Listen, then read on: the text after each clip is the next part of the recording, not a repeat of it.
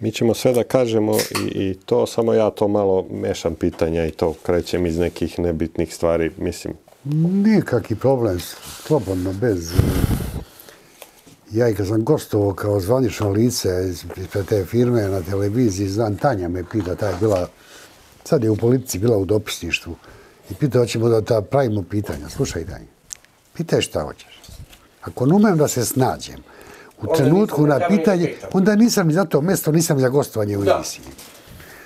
Ako treba meni da pišeš pitanja i neko da mi piše odgovore unaprijed, nema to posla ništa. Ne mogu ja to.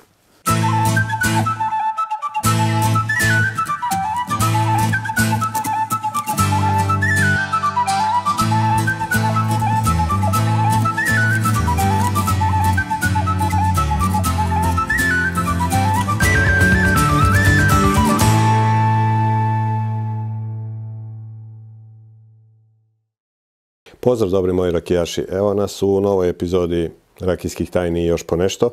U našem studiju u Kragujevcu malo je zavejalo napolje. Lepa atmosfera da se priča, lepa priča o nekoj novoj našoj rakiji. Na početku se zahvalim prijateljima iz Inox Buradi Čivala. Pozdrav za Igora. Štamparije M Centar, novi naši prijatelji. Također novi rakijski šop na evropskoj sceni gdje možete pronaći neke od najkvalitetnijih naših rakija. Da vas zamolim da zapratite ovaj naš kanal i da lajkujete, a ukoliko želite u komentarima napišite samo da želite. Do kraja februara se prikupljaju uzorci za ocjenjivanje na Novosadskom sajmu, Novosadskom poljoprivrednom sajmu. Svi koji budete želeli da predate preko Rakijskih tajni, imat ćete 20% popusta na kotizaciju na Novosadskom sajmu, a prvih 10 će dobiti i dodatnih 10%, tako da će za njih biti 30%. Kotizacija na Novosadskom poljoprivrednom sajmu nije jeftina, tako da mislim da će vam to značiti. Kada sam pravio za Rakija Shop neke nove flajere, stavio sam da su naše rakije 100% voće, 100% veganske i 100% prirodne. A sa mnom danas u studiju, što možete naslutiti i po ovom mom šeširu, gospodin Čedomir Đurđević. Čeka Čedo, dobrodošli. Dobro vas našao. Je li bilo problema na putu po ovom snegu? Pa ja sam navikao, pošto kod nas je zadnje 3 godine prvi ozbiljniji sneg, pa valjda iznenadio nas. Pao oko Nove godine, Božića, pa... Tako da lepo sam prošao, znači ja nisam ni očekivao da će biti puta i besprekorno čist i pođem na vreme, što bi rekli moji u selu, pođi na vreme da bi stigao. Da bi stigao na vreme. Na vreme. Ja pijem jednu Čedinu specifičnu rakiju, to je Čedina 10. To je inače rakija od šljive požegače, 100% požegača. I zanima me, Čedo, kao neko ko je uz svoje pretke i svog oca i svog dedu u rakijskom svetu odavno, je li mađarka i požegača ista šljiva? To je ista šljiva, samo je sinonim. Ona je se faktički kod nas zvala mađarka. Ja sam termin požegača tek kad sam krenuo da faktički na fakultet i kasnije u poslu sreo termin požegača. Kada ona se zvanično zvala požegača, a svi su je zvali u tom kraju mađarka i mađarka to je bilo normalan naziv za tu šljivu, koja je bila dominantna kod nas u proizvodnji. Znači ona je zauzimala neki 70%, 30% klonovi, ranovače, odnosno drosavke, crvene ranke, ima razne nazive. Pošto nisu samooplodne, one su gajene u toj kombinaciji. To je bio neki standardni srpski voćnjak 19. 20. veka. I vi imate jednu rakiju, o tome ćemo i kasnije, ali to ste i pričali pre da ste napravili jednu rakiju koja je u tom odnosu 70-30 i kad kažete to je standardan naš voćnjak, to je bukvalno bio, možemo reći, svaki voćnjak u to doba u Srbiji. Negde malo više ranke, negde malo više mađarke, ali nije bilo drugih sorti. Pa svaki iole ozbiljniji voćnjak izuzev područja Povlena, zašto je užički deo među Kosjerić, Bajina, Bašta, Valjevo, to je povlenski masiv gdje je dominantna bila trnovača. Zbog klimatskih uslova to je, znači ona ima još sinonima naziva, ali je trnovača uobičajen. To je isto dobra sorta šljiva i oni su od nje većinom radili klekovaču. To je znači nešto bilo autohtono naše. To je rakija od šljive trnovače, oplemenjena sastojcima ploda biljke kleke, koja je izuzetno biljka lekovita, da kažemo, bogata raznoraznim sastojcima korisnim za ljudski organizam. Na kleku ćemo da se vratimo, pošto ako sam ja dobro vidio, imamo tu jednu travaricu, a imamo i klekovaču jednu. Sad kad bi veliki broj mojih pratioca dolazi iz neke mlađe populacije i to su ljudi koji bi možda da se oprobaju u rakijskom svetu ili su se oprobali pa da nešto, ajde, živeli, nismo nazdravili zvanično, a lakše je kad se nazdravi. Kad bi vas neko od mojih mlađih kolega pitao kako da počne da se bavi rakijom, šta biste mu vi preporučili? Pa ja kad preporučim, oni mene ne shvate ozbiljno, misle da čiča lupa gluposti. Ja im kažem da prvo treba posade voće. Ako će da rade ozbiljno posao, znači ozbiljno i profesionalno, da imaju vrhunski proizvod, treba prvo da posadi voće. I ako nam cijel sistem nije pod kontrolom, jako teško ćemo ostvariti vrhunske rezultate. Ali baviti se tom, da kažemo, primarnom proizvodnjom, poljoprivreda spada u primarnu proizvodnju, baviti se primarnom proizvodnjom nije lako. Ništa u ovom poslu što mi radimo nije lako. Najlakše bi bilo otvoriti kockarnicu, banku, kladionicu. Ja koliko vidim, to je dosta lako raditi. I unosno. Ali ne znamo svi to da radimo. Ja ne znam to da radim. A ovo znam da radim. Znači, znam da gajim voće, znam da gajim ovce, znam da ispečem rakiju. To mi je struka i sa fakulteta, to mi je sam učio od deteta pored kazana kako sam provodao, jer moji su to radili, tradicija je 200 godina u mojoj porodici pisana o proizvodnji rakije od 1933. Tako da to je nešto što ja znam i ja radim to. Trudim se da radim ono što znam, da ne radim ono što ne znam. Ja sam negdje našao taj podatak da je 1839, imate dokument koji kaže da je 1839. godine Marija Đurđević plaćala 33. plaćala porez na kazan. Turcima na rakijski kazan. Znači, već tad je bila proizvodnja. Čim su Turci tražili da se nešto plati, nije to bila mala proizvodnja. Postavlja se ozbiljna proizvodnja, ima koliko je groša plaćala, jer Turci su strogo vodili financije. Njih nije interesovala materijalna strana, nego financijska. Koliko je groša, sad nema koliko je proizvodila. I to ja kažem kad dođu ovi, ja nemam ništa protiv civilizacije ostalo, da im kažem da smo mi bili civilizacija pred 200 godina. Nismo bili diskriminatorski narod, možda je moja baba bila vlasnik industrije za proizvodnju rakije u Rađevom selu. Baba, to dođe neka 7. generacija, 8. generacija na porodičnom imanju. Jeste.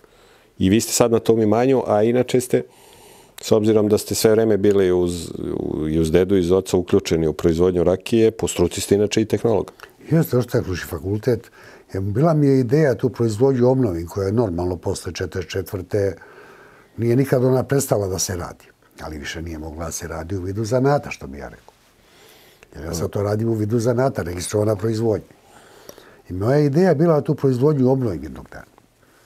I kao tehnolog ste prvo radili u velikom preduzeću koje se bavilo voćem, preradom voća u Srbijanci Valjevo. A u Srbijanka Valjevo, tu sam se vratio da radim i vratio se na imanje. Znači, ja sam imanje stalno imao ideju, mada moj otac nije možda bio oduševljen mnogo što sam ja umjesto kola kupio traktor i tako neke stvari, što je mene to privlačilo. Znači, ja sam mogao da nešto drugo radim. Nisam ja morao se baviti tim poslom. Dobro, otac vam nije bio oduševljen što niste otišli za popa. Ako ja dobro znam. Dobro, on je smatrao da ako bi završio za popa ili doktora, da bi bio ugledan čovjek. To je činjenica. Znači, ti ljudi, danas je to, se razumemo, doktor, pop, donekle advokat, mada je ta profesija dobra, sudije možda je malo degradirana, ne znam. To su bili ljudi koji su bili ugledni učitelji, profesori.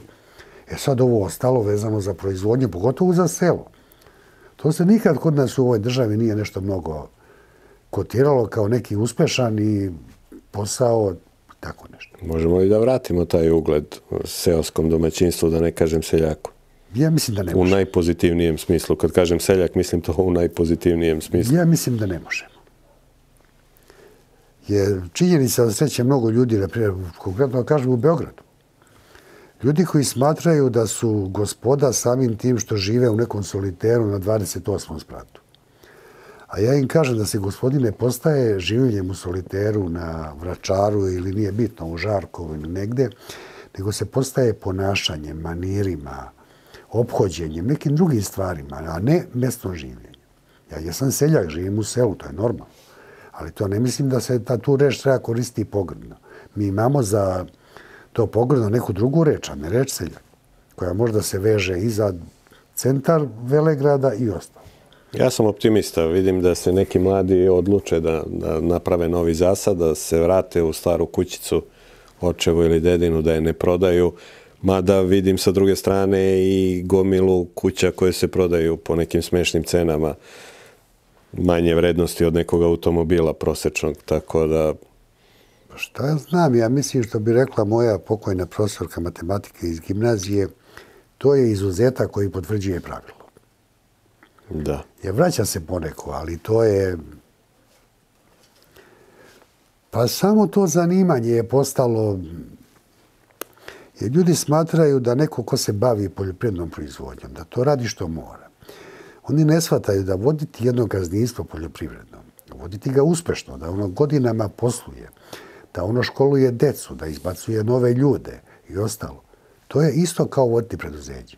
Ništa nije jednostavnije. Možda je čak u ambijentu u kome mi radimo poljoprivredu još to teže raditi nego voditi, na primjer, trgovačku firmu.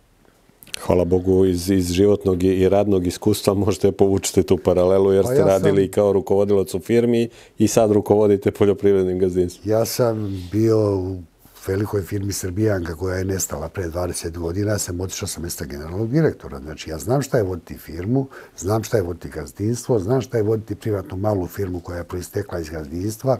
Znači, sve sam te stepenice prošao. I zato i kažem, voditi gazdinstvo uopšte nije to jednostavna stvar. Kao što ljudi gledaju, koji rade za platu, ustanu u 8, odu na posao u 9 i vrate se u 6 i ja kažem da su oni dobrovoljno u robovlasničkom sistemu. Oni mene gledaju kao da sam neku veliku jerez izgovorio. Kako se u taj biznis uklopila rakija? Našao sam jedan vaš intervju gdje ste rekli da radite ono što volite, ali su početci bili teški, odnosno niste voljeli da skupljate šljive. Pa me zanima kako je od nekog ko ne voli da skuplja šljive došlo do toga da proizvodi vrhunsku rakiju. Ja to smem da kažem da je vrhunska, neka od priznanja do kojih ćemo doći kasnije i potvrđuju te moje reči. Pa valjda su me kad sam bio mali terali da kupim šljive, ja to nisam volio da radim. Koje dete voli da radi? Voli da se igra. Ali nema, kad treba se nakupi nalog, znači sušila se šljiva, nakupi nalog. Ja stižem iz škole, kaže, ostavi torbu i ajde uvoće. Ne pita imaš li da učiš, da pišeš, nemaš, nego samo izričito. Ostavi torbu i ajde uvoće. Uzmi parče hleba tamo s nečim. Mora se nakupi to. Znači, ja nisam volio da berem maline, da kupim šljive, ali sam neke druge poslove koji su bili, na primjer, drva, neke stvari sam radio. Sad se to organizuje lepo. Pokupim i ja šljivu, nije lepo ljudi da kupe uvoć, ne kupim i ja, znaš, ali malo fušeri, malo pričam i tako. Ima li rakije od ubrane šljive ili mora svaka da se skupi? Pa šljiva se skuplja, u principu nema potreba da se bere, jer zrela šljiva opada, zrelo voće opada, a nama za rakiju treba zrelo voće. I sad imamo ove nove sorte, ja kažem nove sorte, to je čačanska lepotica, čačanska rodna, ja njih koristim. One ne cvetaju eksplozivno kao što je cvetala Mađarka. Mađarska je kompletna ucveta za jedan dan. I ona je mogla cijela se strese da se pokupi jedan dan. Sad, ove sorte, one cvetaju u nekim periodu čak od 10 do 15 dana. Imamo na istoj šljivi i zametke ploda, imamo i cvetova još. I onda isto tom dinamikom moramo da potkupljamo. Faktički, bar u 3 prolaza, ako ćemo da imamo kvalitetnu šljivu. I od zelenog voća mi ne možemo dobiti kvalitetan proizvod. To su zablude. Znači, to je industrijska proizvodnja, ne kažem da je to loše, gde prođe mašina, znači linija kompletna koja otrese voće, pokupi ga u jednom prolazu, ali to ne može biti vrhunski proizvod. Po mom mišljenju, sve što pričam, to je moje mišljenje, znači ne znači sam ja u pravu. Gde nam je granica danas? Često, evo, mi skačemo s teme na temu, ali jednostavno takav je i format, i život i format ove emisije.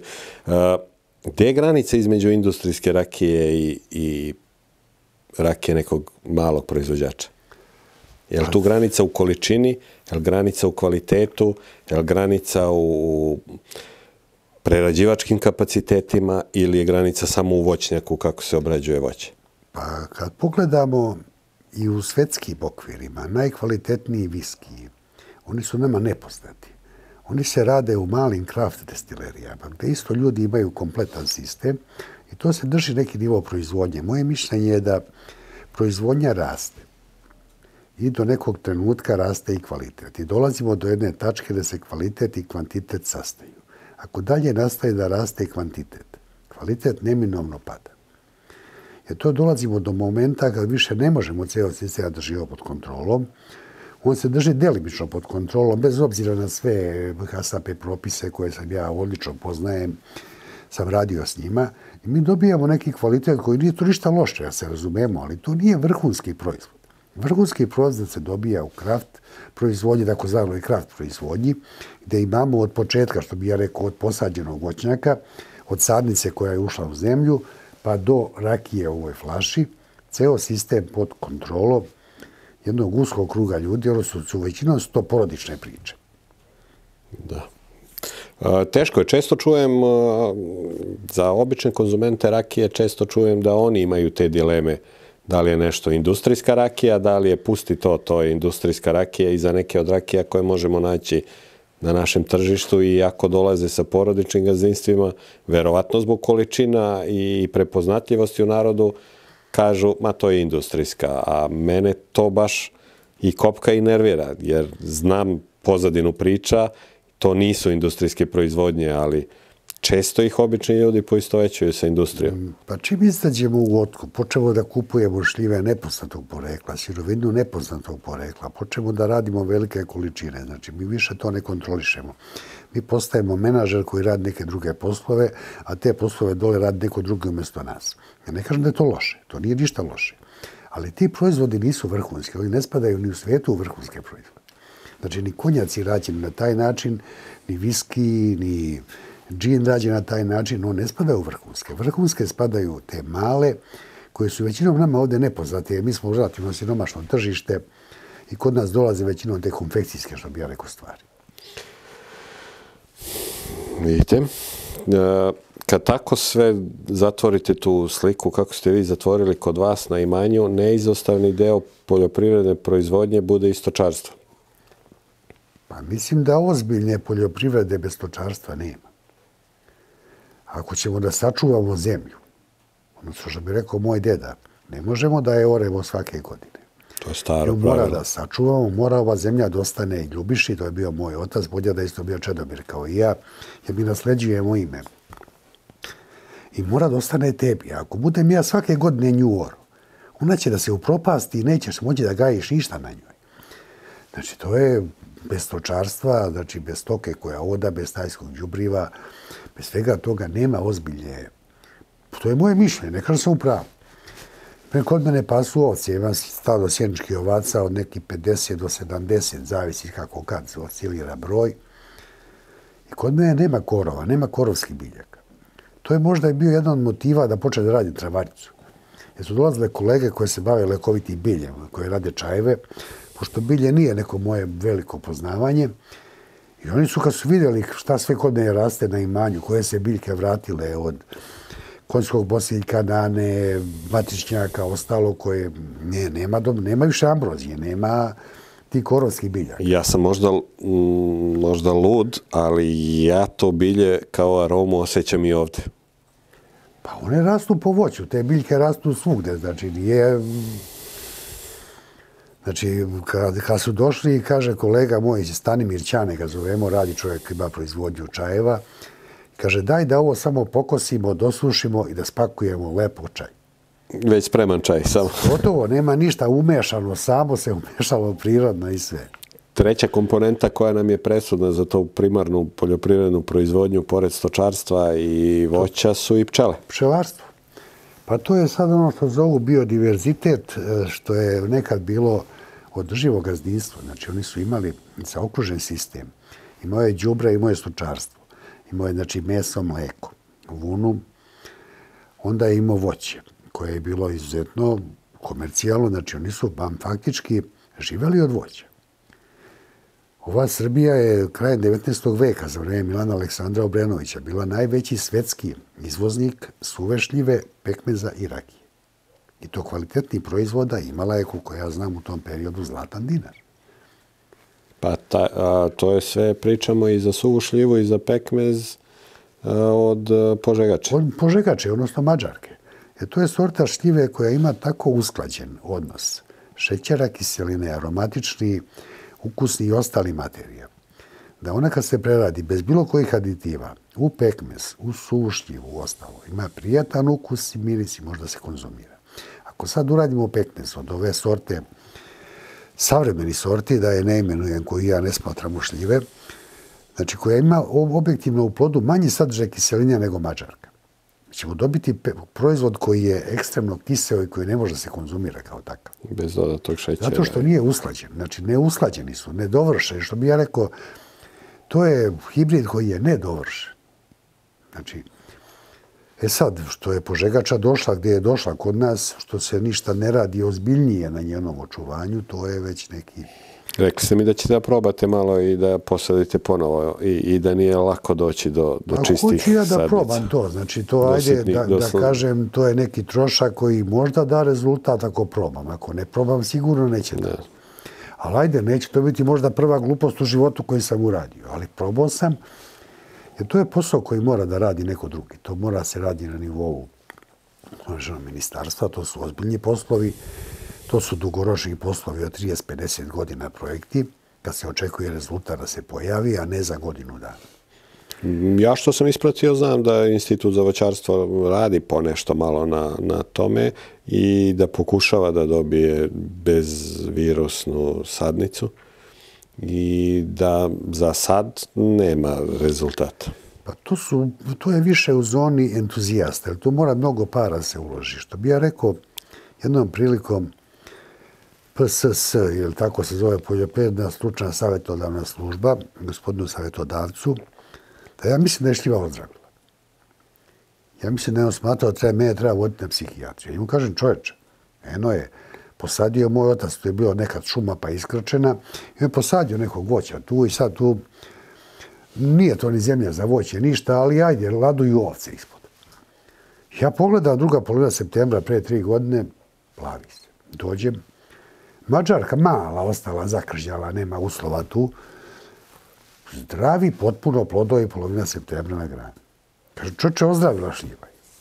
Što ne bi, ako se ozdravi, možda i ona ozdravila vremena. Pa stekne imunitet na virus, mislim. Ali su to smatrali da sam ja čičak koji je izlapio. Takav je bio pristup. A tu opet... Ja ne kažem da je ona ozdravila, ali ajde da pogledam. Međutim, ne postoji interesovanje kod većine ti ljudi u tim službama koji su upravo plaćeni da to rade. Požegača isto ide iz Mladara, ne može da... A po meni ona ide iz izdanka. Mada iz izdanka proizvoditi sadnicu je mnogo teže nego kalemiti. Jer danas dobar kalemar kalemi par hiljada komada. Da, 4-5 hiljada komada za dan. A mi ne možda iskopamo 30 sadnica. Jer mora da nađemo svaku biljku koju kopamo, mora da nađemo njenu vezu sa majkom biljkom. Ako nema veza njena, preko korena, pitanje da li je nikla iz semenke ili je izdanak iz majke biljke, kako se je zvali. Znači samo ti koji su u blizini... To je moje mišljenje. Ja nisam agronom, znači ja sam tehnolog, ali jesam seljak, odrastao u selu. I znam kako su proizvodili sadnice. I mislim da je i ranovača, odnosno crvena ranka, i mađarka, odnosno požegača, neće da se kaleme. Hoće da rastu na svom korenu. Kad ste mi spomenuli ranku, koja se za razliku od mađarke možda više trenutno sadi novih zasada ranke, ona ima neku uzlaznu putanju za razliku od požegače. Sve više vidim da se mladi neki rakijaši usuđuju da naprave novi zasad ranke. Ne znam da li su svesni, ali ranka neće roditi svake godine. To je potpuno normalno. Znači, treba da pođemo od toga da ne možemo da uhvatimo sve. Jer ta ranka, ona u principu kad rodi, ona se prerodi i dosta se polomi. I sljedeće godine ona treba se obnovi. Da bi ponovo one naredne rodila. Ali ona da toliki rod. I ona ne traži nikako posebno ulaganje. Ona traži da se posadi da pasu ovce ili svinje ispod nje. Ništa drugo ne traži. Ne traži rezidbu. Znači, sad sam teo da pitam za orezivanje kod vas. Njoj je rezidba kad se prerodi i polome se grane. Kad pođemo da je tresemo, ponesemo sikiricu na šljivu i preklešemo to što se polomilo. I to je to. I dok prevri, to se osuši i s tim ispečemo rakiju. To je to, nema više... A ona se sljedeće godine obnovi. Nema, ništa drugo ne traži. Sad, po meni crvena ranka, odnosno dorosavka, ili kako kažu kod mene selu Ranovača, Ona daje dobru rakiju, ona je po meni dobra za kupažu. Ona po meni nije za monodestilat. Ne može da da vrhunsku rakiju, monodestilat, to je moje mišljenje. Ne znači da slažemo. I ja sam probao dosta monodestilata crvene ranke. Mislim da ne daje vrhunsku rakiju. Uvek sam tražio još nešto u toj rakiji. Falio i nije za monodestilat, kao što požegača, odnosno mađarka, možda da bude u monodestilatu.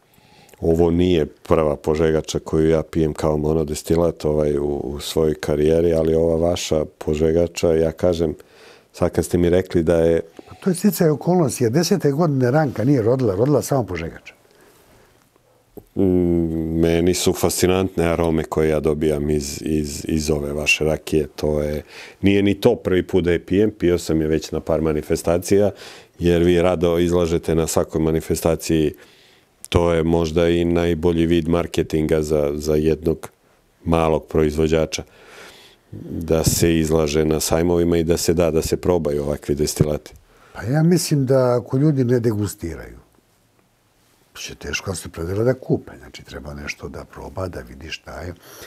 Ja znam kad sam se pojavio negde ozbiljnije, ja sam 10. godine registrovao, imao sam rakije od pre toga, gazdinstvo je održivo, imalo je rakije zaliha. I sad neki 16. 17. se pojavljujem na tržištu kao novi. I probaju ljudi, hvale oni rakiju, da je dobra, da je ostalo, ali ne kupuju. Treba neki period da prođe, pošto ja nisam imao nekog novca da ulažem u marketing. Znači, moj adut je bio kvalitet, da izađe sa kvalitetom i da se borim za moje mesto sa kvalitetom. I stigli su, već 19. godine su počeli da daju rezultate, da posle je bilo i nagrada za najbolju šljivovicu 21. 22. godine na ocenjivanju organizacije Saveza proizvođača i mislim da sam našao neko svoje mesto kvalitetom, ne količinom. Ja nemam neke velike količine, pošto ja radim se isključivo sa ograničenih parcela, nema otkupa, nema ništa. To je na tim parcelama što rodi, toliko se ispeče. Tu ćemo, ajde, kad ste tu, ali vratit ću se na ranku, još imam jedno zanimljivo pitanje. To je nekih od 3 do 5 hiljada litara, ako sam ja... Tako, zavisi koliki rod bude. Zavisi koliki bude rod. I kod tog roda, pošto znam da radite i neću da kažem da je to nova grana, nego se jednostavno izdvojila iz neke rakijske proizvodnje, odnosno to je neki konsulting u proizvodnji rakije, sad stručni naziv je konsulting, pre bi to bilo neko savjetodavno mišljenje mlađim rakijašima. Pa sad, ajde, i ja radim neki konsulting. Sva ova pitanja koja ja postavljam bi postavio neki mlađi rakijaš. Kako inače planirati neku konstantnu proizvodnju rakije ukoliko nam se zasad bazira na ranki? Pa mi kao ozbiljan proizvođač, ako nemamo zaliha da premostimo jednu nerodnu godinu, ja smatram da nismo ozbiljni proizvođači. Ako radimo godinu za godinu, ja to ne smatram ozbiljnom proizvodnjom. Jer mi moramo imati na lageru rakije da možemo da premostimo totalno nerodnu godinu kakva je bila 23. Malte ne je samo simbolično nešto ispečeno rakije. Dođe takva godina, nije to prvi put da je došla nerodna godina. Ali normalno planira se da će biti, ozbiljno planiranje ide da će od 3 godine 2 biti rodne, 1 nerodna. Ja sa takvim kalkulacijama, znači takvim planovima ulazim, da 2 godine rodne, 3. će biti nerodna. Mada ne bude, uvek bude manje, ne bude 3. Ali da imam zalihe da mogu da premostim to, da se to ne osjeti na... Možda smo bliži na 3 rodne na 5. Pa dobro. Ako bi se duže planiralo. Moja računica je bila, to su Francuzi nešto radili kad su skinuli mreže zaline stene sa vinograda. Kalkulacija njihova je bila od 3 godine 2 da rode. Pa ajde, rekao, oni su ljudi to istraživali, verovatno. Da ja to mnogo ne istražujem, nego da uđem s tom računicom. Pa da, na primjer, ova požegača iz 2010. godine, to je neponovljivo. Znači, te rakije, kad izađe, ove godine je nešto bilo požegač, ali to je simbolično, što bi ja rekao, da ispeče malo da ostane kad bude umro, da ima ljude da piju lepe rakije. Pošto rekao, moj djeda doći, on mora da vide kako je popio rakiju, negdje očito bi žao Čedomira.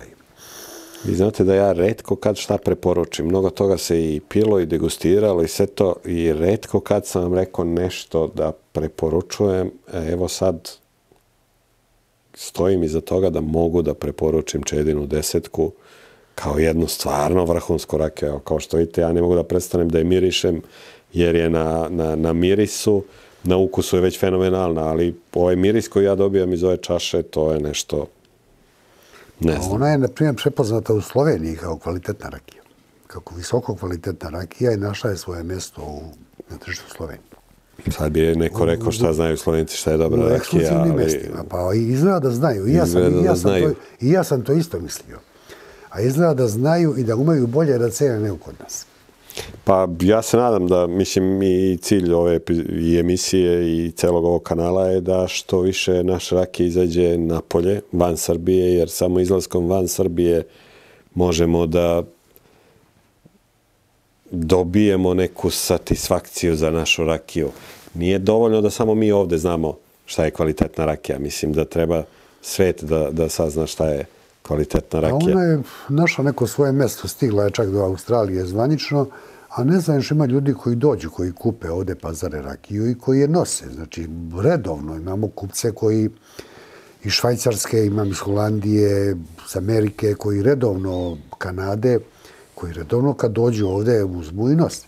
Znači, ne nose, oni kupe regularno. Znači, ja sam baš pitao gospodina kako može da u toj količini rakiju, pošto znam, a ne kaže, to je količina limitirana koju ne plaćam dažbine, a kad donesem više od toga. Ja normalno prijavim na granici da imam ne lita, nego da imam 6 flaša, oni mi obračunaju, na to platim carinu od dažbine i normalno uvezem u tu zemlju. Da, može tako i sa ostalim. I u Evropsku uniju možete isto tako. Da. Do 10 litara možete donesiti u Evropsku uniju, s tim što vam je 1 litar po osobi biti gratis, na 9 litara ćete platiti carinsku akcizu, odnosno carinski porez neki, naknadu neku. Stope carina koje se naplaćuju, znači ljudi su spremni, to je normalno da plate i da... Ali mi kao narod Srbi imamo jednu naviku da volimo da predimenzioniramo naše probleme, a samim tim volimo i da predimenzioniramo naša neka dostignuća.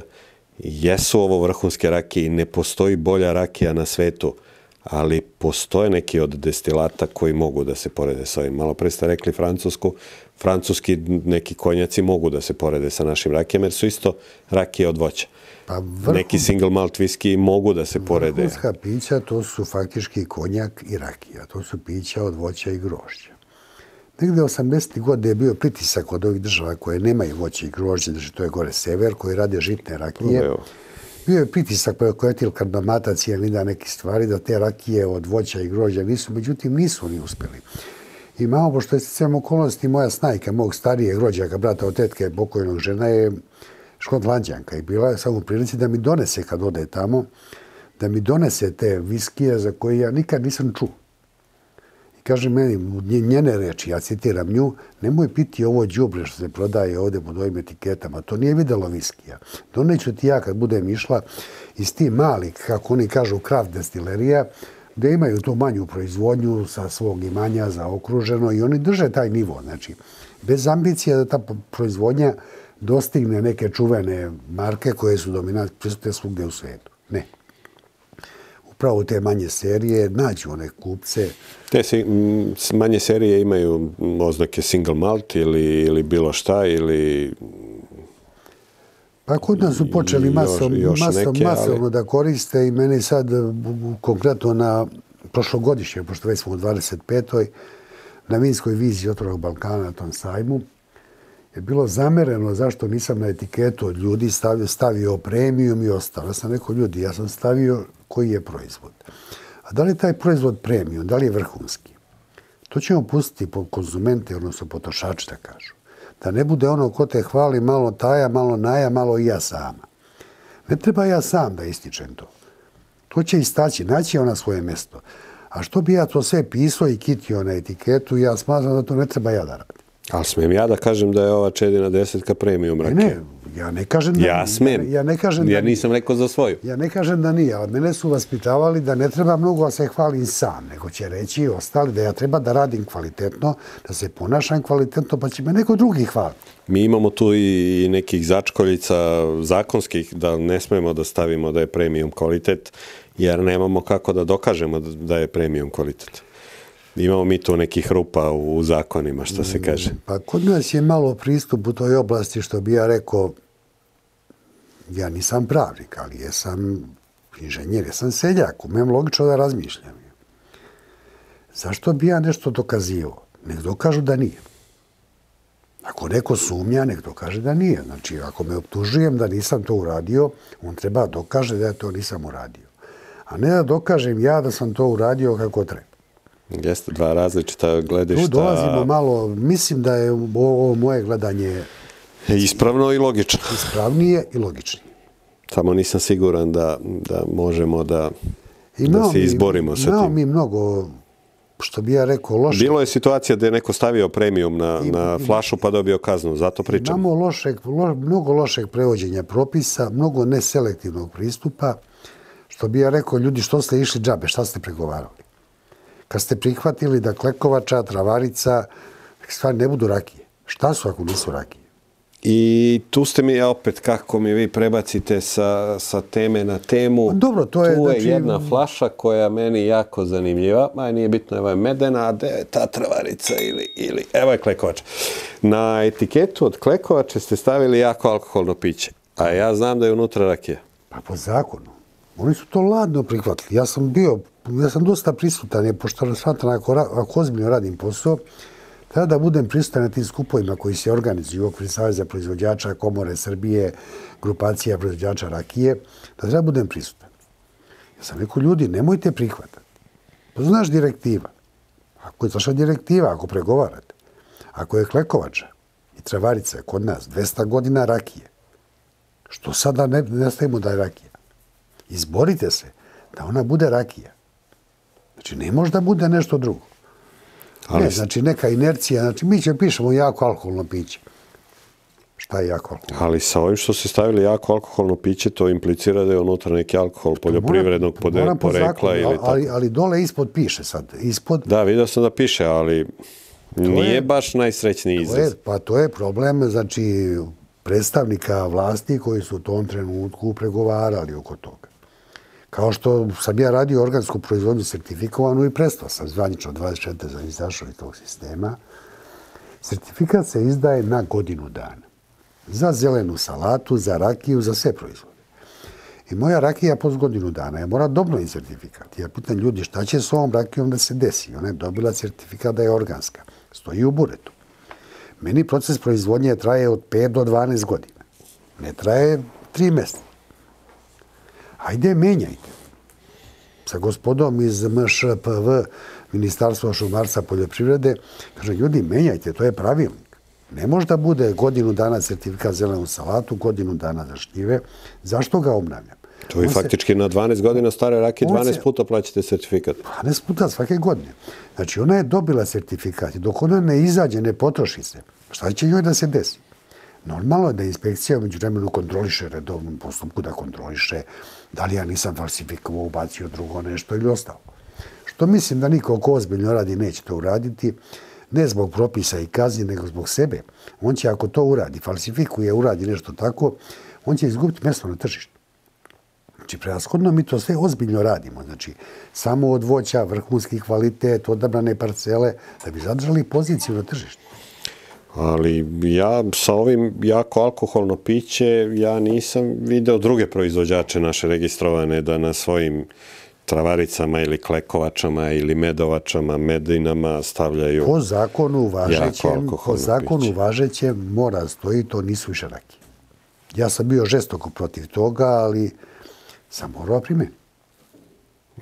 Ovo je jedna skroz nova tema koja mi je došla sad za razmišljanje. Tu nešto ne valja. Ne da ne valja, nego je to katastrofalno urađeno. Jer znam da dosta proizvođača ima travarice ili bilo šta drugo i vi ste u pravu, u rakiju ne smemo dodamo ništa osim boje, odnosno karamela na kraju, ali tako? To bi smelo da se doda kad bismo hteli. Može, mislim, nema štete od toga, ali... To bi smelo po zakonu se doda i ništa više. Dodavanje trave ili bilo čega. Kad ja kažem da je boja sekundarna karakteristika koja se dobija u procesu proizvodnje rakije. Boja šljivovice se dobija od hrastovog bureta, pošto ja isključivo buret smatram buret od hrasta. Boja u travarici je boja od biljaka. Boja u klekovači je delom od kleke, delom od klekovog bureta. Znači, sve su to boje koje su dobijene u procesu proizvodnje, znači nije ništa farma. Dolaze ljudi kod mene, znaš, može li ovaka, onaka boja? Može, sad, hvala Bogu, je tehnologija otišla gore, imamo, pa kupimo, može ton karta kao u bojačkoj radnji. Ali ljudi treba shvatiti da je boja sekundarna karakteristika koja treba da bude privlačna, lepa, bistra, da bi privukla toga, ali ona nije primarna karakteristika stare rakije, starog pića. Da, ali po tom principu sam mislio, ne smemo da dodamo ništa u rakiju, ukoliko dodajemo, moramo da je karakterišemo kao jako alkoholno piće. To je bila vaša logika i vaše tumačenje zakona. Ali, kaže, da mnoge druge neke destilerije dovode u zabludu potrošače. Zakon je eksplicitan. Mi sad imamo da kupimo u prodavnici nastana šljiva na etiketi. I piše jako alkoholno piće. A šljiva velika na prednjoj etiketi. Piše sastav, i to čak stavljaju nerafinisani etil alkohol, koji ne bi smeo se koristiti za ljudsku potrebu. Alkohol, voda, aroma i boje. Napisali ljudi. I stavili šljivu na etiketu. To ne bi smjela da stoji šljiva na etiketu. Da. I ne znam zašto se dozvoljava. Ja to zovem falsifikatom. Da se legalizuje falsifikat. Mi smo zemlja šljivovica. Ne možemo dozvoliti da se falsifikuje.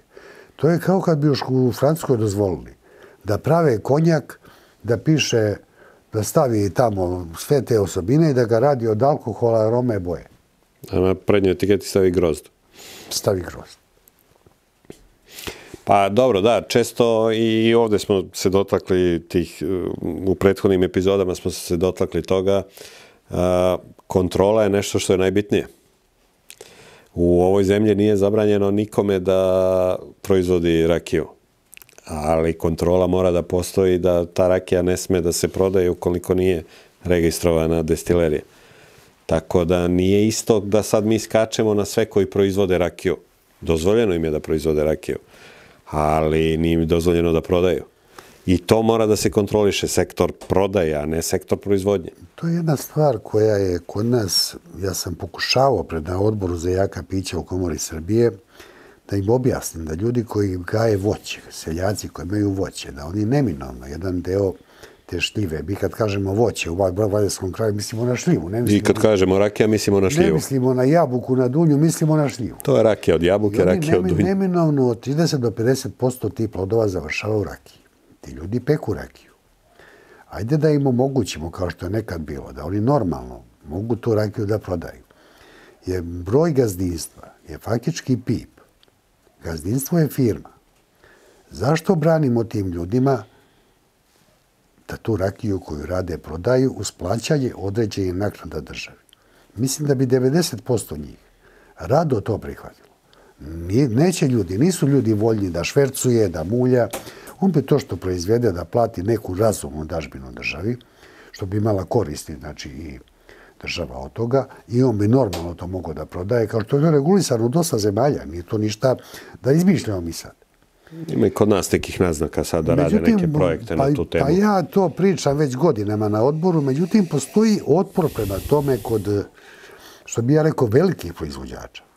Mislim, ja ništa loše što ni veliki. Kod njih postoji žestok otpor. To su proizvođači koji sjede u Beogradu, koji verovatno ne sagledavaju tu situaciju, što je sagledavam ja, koji sam prisutan na Medvedniku i na Povlenu i u selu mnogo više nego na Vračaru, Dorčevu. Šta im smeta? Dobili bi kvalitetne destilate. Ne znam. Ne mogu da tu da kaže, najgori su oni muljaju. Ljudi, oni ne muljaju, oni nisu šverceri. I na kraju mi pukne film na jednom sastanku i kaže, najveći šverceri rakije sede među nama, ustane mi ode. Nije bilo lepo od mene, ali su me isprovocirali, šta ću. Sad, kad ste mi pomenuli tu Francusku, ono gde nas provociraju, pogotovo mene, pokušavamo da predstavimo Srbiju kao jednu vinsku zemlju. Je li Srbija zemlja vina ili rakije? Pa po meni je Srbija zemlja rakije. Srbija svoj vinski deo, koji je oni stalno vežu za vreme cara Dušana. Taj deo koji je bio vinska Srbija, on više nije u sastavu Srbije. Ti vinovodi koji su bili od Hoče prema Prizrenu, u okolini Skoplja, u okolini Negotina na Vardaru, Kavadaraca i ostalo, ta velika vinogorja, ona više nisu u Srbiji. Srbija je zemlja rakije. Nije ništa loše, mi proizvodimo i vino. Ali ako neko voli vino, To ne znači da treba zemlju da preimenujemo iz zemlje rakije u zemlju vina. Da.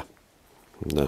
To je moje mišljenje. Znači da je rakija kod nas dominantna. Rakija se pije. Prvo što se iznosi, što stoji na stolu, to je rakija, ne stoji flaša s vinom. Postoji flaša s rakijom i stoje čašice. Ja znam pre, kad sam bio dete, ulaze ljudi, deda uzima flašu i toči. Po jednu rakiju da se popije, to je normalno. Nije se pitalo ni jel hoćeš ili nećeš. To je deo bio kulturološki, civilizacijski. Nikad oni nisu bili pijeni. Nisu ni sjeli da popiju 2 flaše rakije. Ne, popiju po jednu rakiju i pričaju. Ali rakija obavezno bila flaša sa rakijom na stolu. I znalo se ko u selu peče bolju, ko lošiju rakiju, ko kako ima. Da.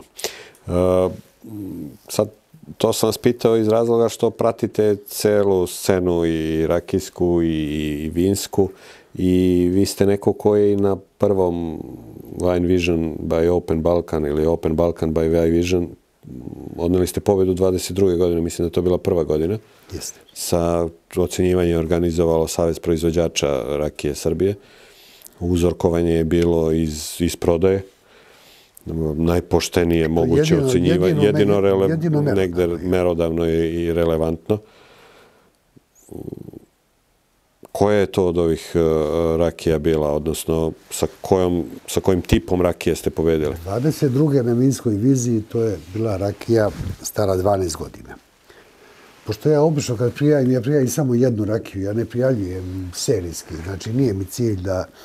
A koje je prethodilo vinskoj viziji, to je bila 21. godina, kad isto to ocenjivanje urađeno u organizaciji Saveza proizvođača, isto pod kroviteljstvom ministarstva. Moja rakija od 5 godina, ona je proglašena za najbolju srpsku šljivovicu, to je ovo jedno od ova 2 priznanja 21. I to je bila prigoda u Radissonu, pa je sljedeće godine uspostavljena vinska vizija, bio je prvi sajam, je bio 22. vinska vizija, onda je na njoj se dobila je ova druga rakija. Jer smo ne treba prijavim isto, ova je već jednom dobila, zašto bi ponovo nju prijemo u drugu. Da. I tu prva koju je pobedili, prvu koju ste podigli sad flašu, to je neka vaša osnovna verzija šljivovice, kad smo već tu da ispričamo i o etiketi po nešto. Šljivovica koja je ponovljiva, znači u njoj se nalaze rodna lepotica, ranovaša odnosno crvena ranka. Ja i sad da kažem da ima požegače u tragovima. Nešto ona stari 5 godina, znači u hrastovim buradima i to je po meni neki standard kvaliteta, 5 godina stari. Ne kažem ja, i sa manjim starenjem mi dobijamo kvalitetno, ali ja mislim kvalitet koji ja želim da dobijem, da to treba bude 5 godina. Koliko sa tim sortama u toj standardnoj šljivovici pričamo, ne u ovim raritetima ili u ovim premium izdanjima, možete da zadržite konstantno u kupažiranju, odnosno u kvalitetu? Koliko će neki sljedeći lot da bude sličan na ovoj rakiji? Pa oscilacije su jako male, s obzirom da to ide iz istih voćnjaka. Da se ti voćnjaci kupi ta šljiva kad ja kažem da je zrela. Znači, ja obično, moje vreme počinjenja kupljenja šljiva je 15 do 20 dana posle kad svi pokupe te šljive. Ima jedna loša navika se stekla, šljiva počne da plavi na grani. I tim što ona počinje da dobija plavu boju, ne znači da je ona zrela. Njoj treba još 15-20 dana da ona plod skupi u sebi aromatične, mirisne, šećer, sve ostale sastojke, ne samo šećer. Treba joj sunca, treba joj vremena. E sad, oni dođu i kažu, ali kod tebe nema ni jedna šljiva na zemlji. Nema, zato što kod mene u voćnjaku ima 70 ovaca. I gde padne šljiva, one sve trče da je pojedu. A oni dođem kod njih, stoji 5 šljiva pod šljivom. Kaže, opade sve. Mora dopadne neka, ljudi, nikad nije moglo i ne može sve doći do ruke. I sad oni uzu motku i tuku tu jednu šljivu i od tih zelenih šljiva nikad ne može biti vrhunski proizvod. Ni pekmez, ni rakija, ni suva šljiva od zelenog ne može biti. Tu ćete sada se vratiti opet na taj biodiverzitet, da ovca pojede te šljive što padnu, pa da onda nađe u bripu. Pojela moja ovca, nije ta šljiva propala. Ja se sjećam kod dete, ja sam to najviše mrzio, ja to isto radim. Popne se pokojni otac i otrese 1 gram na šljivi. Kaže, dole, dedi, Čedomire, ovo zeleno. Pa ostavi, kaže, ajmo na drugu. kod dete moram ponovo se vratim pod istu šljivu da kupim. Znači sve su znali, imali su perfektno znanje, nisu pravili naučne radove od toga, ali su imali fenomenalno. Inače se šljiva potkupljala iz neka iz tri pokupljanja se završi cela šljiva. Kaže, nije ova dobra, idemo na drugu. Ja završi je da ne idem u taj deo voća više kod dete, razmišljao tako. Ja isto tako radim. S obzirom da ste završili kao inženjer, onda ste morali da tu neku staru, tradicionalnu, porodičnu proizvodnju maksimalno savremenite, odnosno olakšate sebi sa vašim inženjerskim mozgom. Tako da znam da više kod vas, ajmo redom da prođemo na brzinu, samo fermentacija kod vas ide zatvorena u fermentatorima novim, više to nisu samo kace prekrivene najlonom. Taj deo ste promenili iz stare tradicije. Pa to mi olakšava rad i dolazi do dosta brže. Ja sam pristalica da fermentacija se završi što pre. Da bi imali što manje sporednih vrenja, da sprečimo manitno, mlečno, druga vrenja, da se vrenje obavi. Znači, zato radim prevashodno pasiranje šljive, odvajanje košpe, dobijamo kašu šljive, koja je jako brzo. A ona, ako je uveče napunimo 10, 11, 12 sati cisternu, neki 80% zapremine, i ako do ujutru ne izbaci penu napolje, preko prelivne cevi, nešto nije dobro. Ona, ako je zrela, sve kompletno, ona ima na sebi kvasaca, ta fermentacija završava u principu za 15 dana. Ja nisam konzervativan u nekim stvarima, znači, normalno, nauka, tehnologija, oprema ide napred. Imamo rektifikacione kolone, imamo uređaje. Sad treba da shvatimo da mi imamo 3 tipa kolona. Da imamo kolone iscrpljenja, kolone obogaćenja, imamo spojene kolone. Imamo čak još druge tipove ekstraktivne koje se ne koriste. I da namena kolone nije da mi u jednom prohodu, to je moje mišljenje, dobijemo vrhunsku prepečenicu. Ne, namena kolone je potpuno druga. Pogotovo ove kolone koje su sad kod nas prisutne na kazanima, to su kolone obogaćenja, što je velika greška kad umjesto kapka na kazan stave kolonu. Kolona treba da bude pored kazana, da bude bypassom spojena, da omogući da radimo sa ili bez kolone. To su neka moja razmišljanja. Znači, ne samo razmišljanja, to stoji deo znanja i stoji deo rezultata. Pa dobro, mislim da vaša razmišljanja je preuzeo veliki deo proizvođača rakija. Sad svi prave kolone, većina pravi kolone kao bypass. Odnosno, mogućnost da se isključe skroz kolone, da se radi normalno. Treba i kolonu znati iskoristiti. Ko ne zna da iskoristi, može napravi mnogo više zijana. Može dobije destilat koji je siromašan, koji sutra ne može dati vrhunsku rakiju. Znači, treba naći. Pita jedan gospodin mene da li on može da uradi softver i veštačku inteligenciju da peče rakiju. Ja kažem da ne znam. Da ne znam, ne kažem da ne može. Nešto što ne znam, ja ne znam. Ja znam šta ne znam. Ali kažem da je to živa stvar. Da to nije čelik 12-12, da je to živa stvar. Da ja reagujem u trenutku. Kad kreće destilacija, prati se isključivo organoleptički. Većinom na miris, malo na ukus. I reakcija je trenutna. Tu nema čekanja, ne može da se radi analiza. Tu znači traži se iskustvo, znanje i trenutna reakcija da bi se odvojio prvenac, da bi se uradilo sve kako treba i došlo se do... Ne bi mi oprostili kad vas ne bi pitao, pratioci mi ne bi oprostili. Pretrčali ste mi fermentaciju. I ako radite požegaču, ranku i te neke stare naše autohtone sorte i kod njih odvajate koštice? Odvajam košpu zato što je to tehnološki mnogo lakše raditi. Onda mogu da radim transport pumpama. Mnogo mi je lakši rad. Mada objektivno kod ranovače, kod požegače, neodvajanjem košpe nećemo napraviti nikakvu štetu. Ako to ispečemo blagovremeno, u roku od maksimalno 30 dana od ukomljavanja. Znači, ako stoji duže, dolazi do sporednih vrenja i onda ta sporedna vrenja jako teško se leče, pogotovo mlečno manitno vrenje kad se pojavi. Ja sećam kao dete, sede otac i deda i pričaju. Treba se peče rakija, treba se beru kuruzi.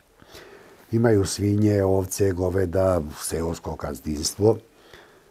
I kaže, ajde da pečemo rakiju, neka kuruza obraćamo. Ja razmišljam kao dete, kad se stoje u kačari, kazan stoji pod nasnešnicom, drva pod nasnešnicom, možda peče kad pada kiša. Aj sad da oberemo kukuruza. Kuruzi unjivi.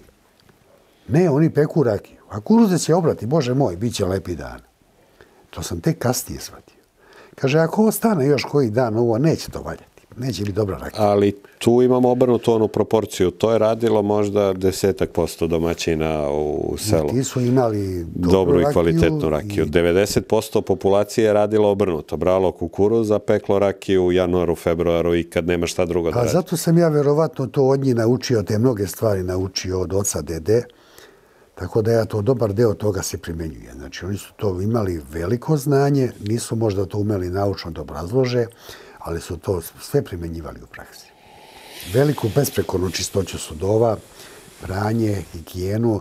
Ja znam, svaki kazan se prao, a voda se vukla zaprežnim kolima, volovskim kolima sa šinskim točkovima. Točila se kantom na izvor i dovlačila se kući, pošto nije bilo dovoljno vode iz bunara, se izvuče kofom, da bi se posle svakog kazana sve pralo. Lula, kazan, kiler, sve se pralo.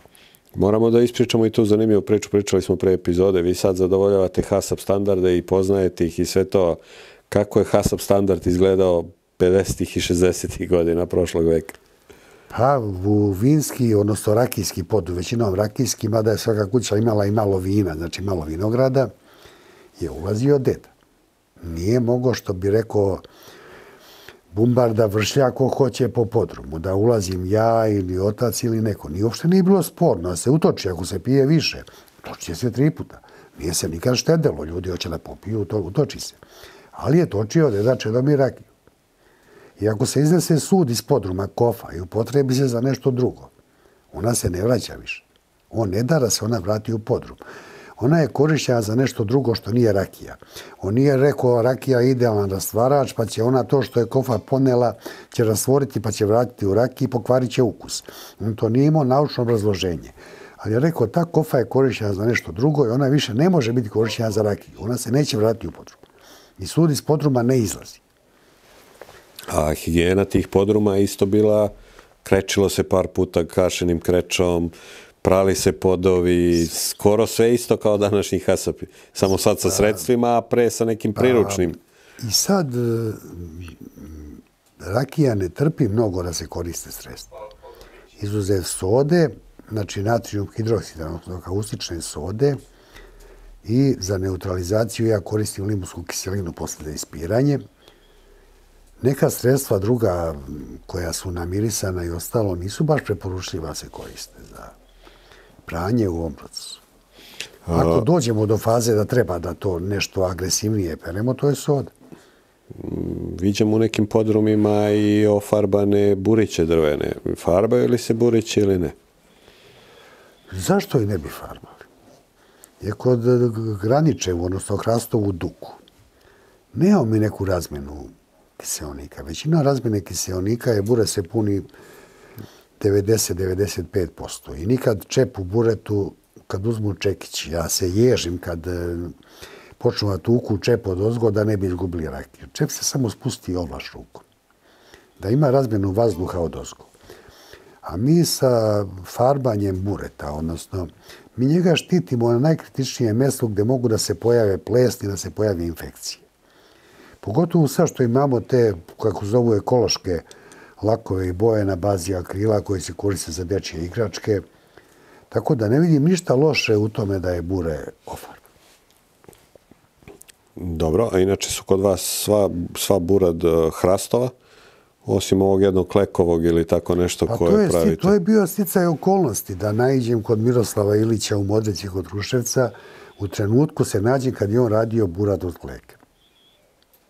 Ja sam to iskoristio i ta klekovača moja ima karakterističnu aromu. Pošto ja volim da budem originalan, ja volim pića koja imaju izraženo miris i ukus, imaju aromu, što bi rekli, ja ne volim ni ljude koji su bezlimni, što rekao, znaš šta, oni smrde ni mirišu. Ja volim da to bude sa karakterom pića, da bude aromatično, izraženo i da bude karakteristično, prepoznatljivo, da ne liči na sva ostala. Kleku imate i kleku kod sebe na zasadu ili kupujete bobice? Kleku nema kod mene, ona ne uspeva. Ali su naše, mislim, srpske. Pa većinom gore sa Povlena. Pošto imam ove kolege, imam sestra od tetke, gore mi često boravi i onda oni naberu te kleke. Negdje sam našao podatak da smo mi, možda smo nekad bili najveći izvoznici šljive i sad se dobro kotiramo u svetu po pitanju šljive, mada manje nego nekad. ali smo vrlo verovatno najveći izvoznici kleke. Jer te bobice kod nas baš uspevaju i da je tipa 70-80% svetskih džinova rađeno sa našom klekom. Pa ovdje je područje koje je, što bi ja rekao, Bogom dano. Znači imamo idealan odnos. Znači sunčani dana, zemljišne vlage, kvalitetnog zemljišta. Imamo Bogom dane sve uslove. Da na manjim visinama uspevaju neke druge stvari, na većim visinama raste kleka. Znači imamo bobice kleke na nekih 1000 metara visine, koje stižu u novembar, decembar se beru, koje su izuzetno, pošto imam kolege Stojana Stanimira koji rade lekovito bilje, pošto ja ne znam mnogo oko tih biljaka, oni znaju, ja znam da i uradim te macerate, da primjenim u rakije, oni znaju šta te biljke nose, kad se beru, kako su koriste. Te biljke su imale dosta sunca. I ovo je područje ipak zona Mediterana. Znači, to je ta geografska širina. Jer sunce je izvor života. Gdje nemamo sunca, mi nemamo kvalitetan plod. Preskočili smo to danas. Kakva je bila ova godina po pitanju šljiva kod vas? Po mom mišljenju je bila odlična. Ali i specifična nekako? Pa imala je dosta sunca, a sunce daje kvalitet. Ali randman šljive ove godine? Pa ne može da nam bude u prioritetu samo randman. Ne, nije nam u prioritetu. Samo ga pitam kakav je inače bio ove godine. Solidan bio. Možda je rod bio manji nego optimalan, znači količinski, ni obrane šljive, ali ono što je obrana bilo kvalitetno. I bio je radman solidan, znači na nivou nekog prosjeka. Nije to bilo nešto izuzetno, ali nije bilo ni loše. Kleka će da čeka, neću ovaj ukus desetke danas, neću da kvarim sa nekom drugom rakijom. Iako u epizodi probam neke 2 ili 3, možda će ovo biti prva epizoda da ću od početka do kraja da pijem samo jednu rakiju. Ne zamerite mi na tome, ali ja sam se oduševio. Ne, ima, znači, jedan krug ljudi je objektivno šljiva, odnosno šljivovica, rakija od šljive. Moja je neka procena koja je dosta dobra, ja ceo život to radim, ona zauzima 90% rakijskog tržišta.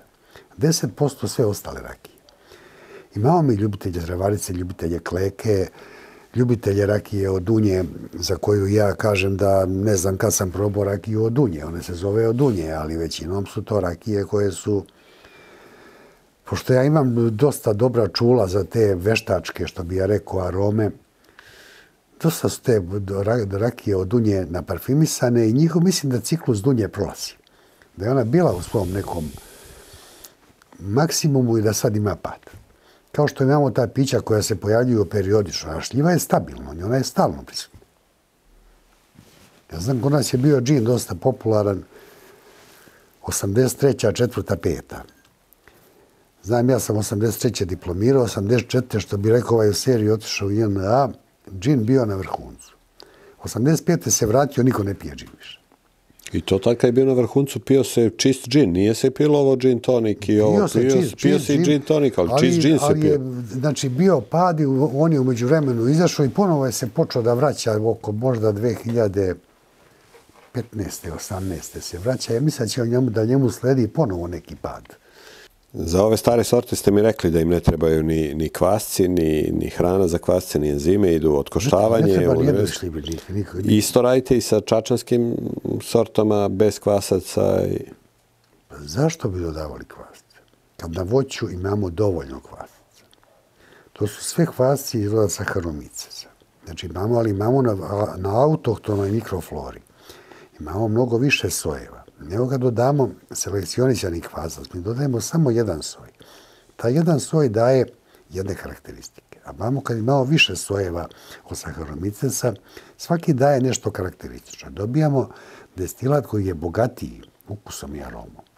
Ali ga i teže kontrolišemo iz godine u godinu. Ne bude svake godine isti. Manje više se tu radi o sličnim istim kvascima, ima ih dovoljno.